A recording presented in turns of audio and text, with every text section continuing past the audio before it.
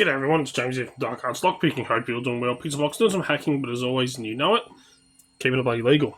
So I know it's been quite a while since I've done a video last. I've been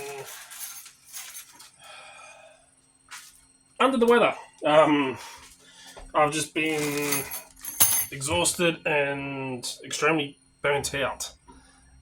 Big time. So I haven't really been doing a whole lot of other stuff other than just trying to get heaps of work done. At the moment, I've just been cleaning up the shop because I have a house inspection on Tuesday. And my shop's in a bit of a mess. And I like to make sure that everything is bloody perfect before they come around. Like my house is always clean, it's always organised. But I like to go overboard before a house inspection, as my old real estate agent used to say to me. She goes, "We expect it to look lived in, not like a display home."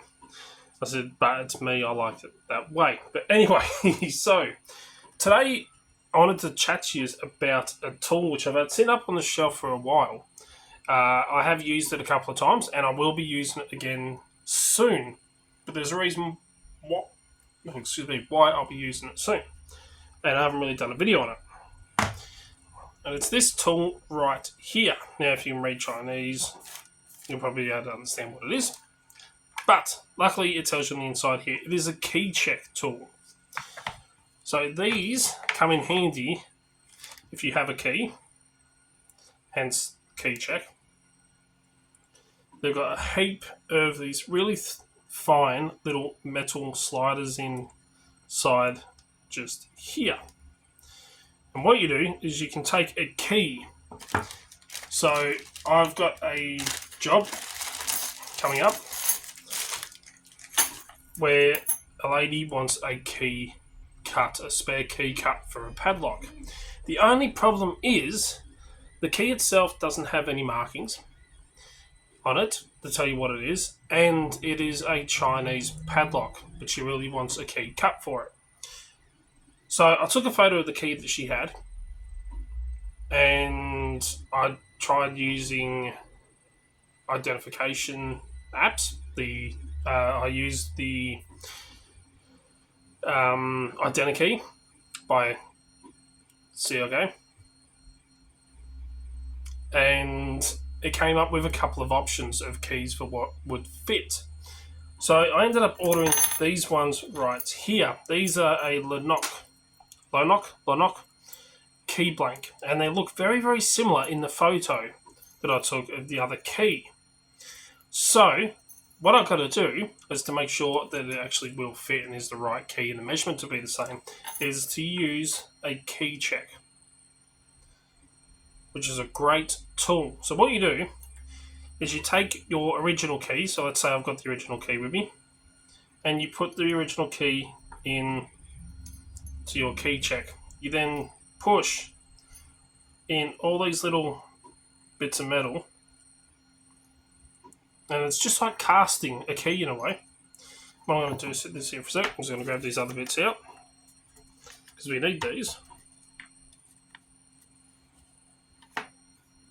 You want to make sure that you perfectly match the key. Sometimes I like to just make sure it's nice and square.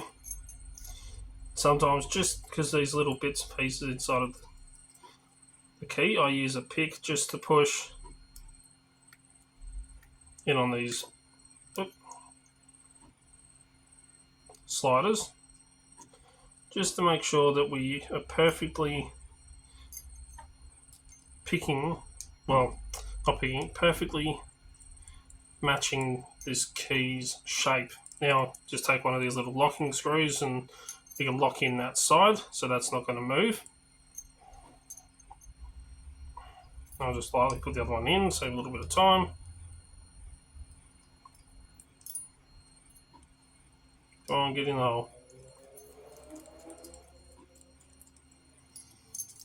So we've got one side done. Now let's do the other side.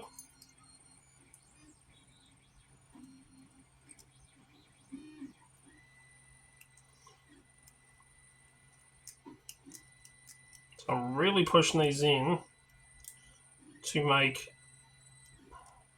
like a cast, in a way, of this key, this profile. We lock that in like that. You can take your key, slide him out, and we now have a cast of that keyway, or that key's profile. So then, let's say that was the original that we did, and we want to see if that key blank that you've purchased will fit that lock. So the easiest way to tell now is to take your key blank and then you insert it into your key check like that. And if it fits in nicely and matches that shape, then you know that that key blank will fit that lock. And then you can use that key blank to duplicate your key. So that's how key check works. Now, again, I haven't used it in a while because most of the time, you know, a lot of keys will actually have the markings on them as to what key they are. You know, TE2, they'll have written on there like a Yale, or it'll have like YA1E.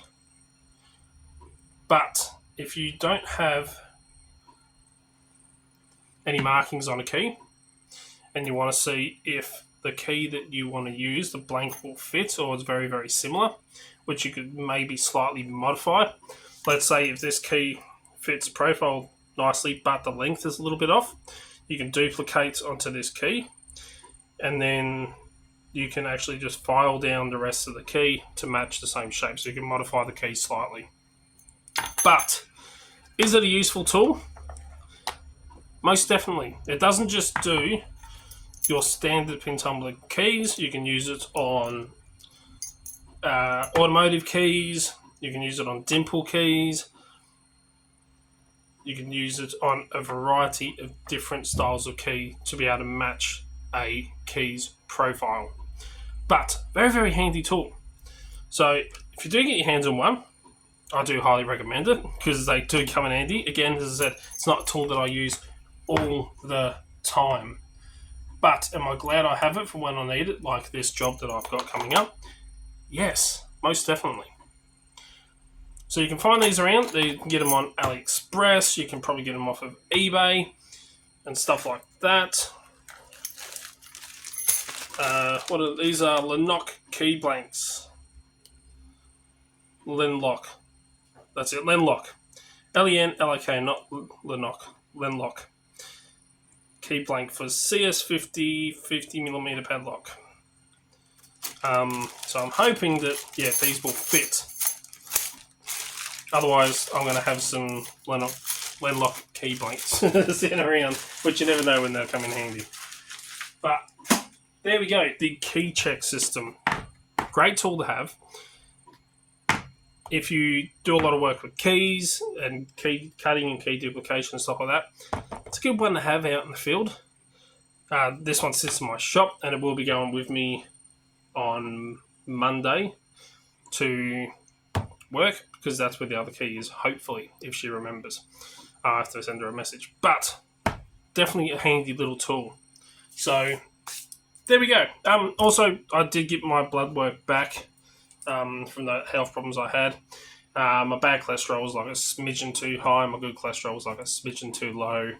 And there is mild liver damage, but that's due to a medication that I'm on. But nothing serious, nothing that can't be fixed by changing my diet and hopefully someday getting off one of the medications I'm on. But there we go. Not really anything out of the ordinary. My blood work came back fine. Testosterone levels are fine.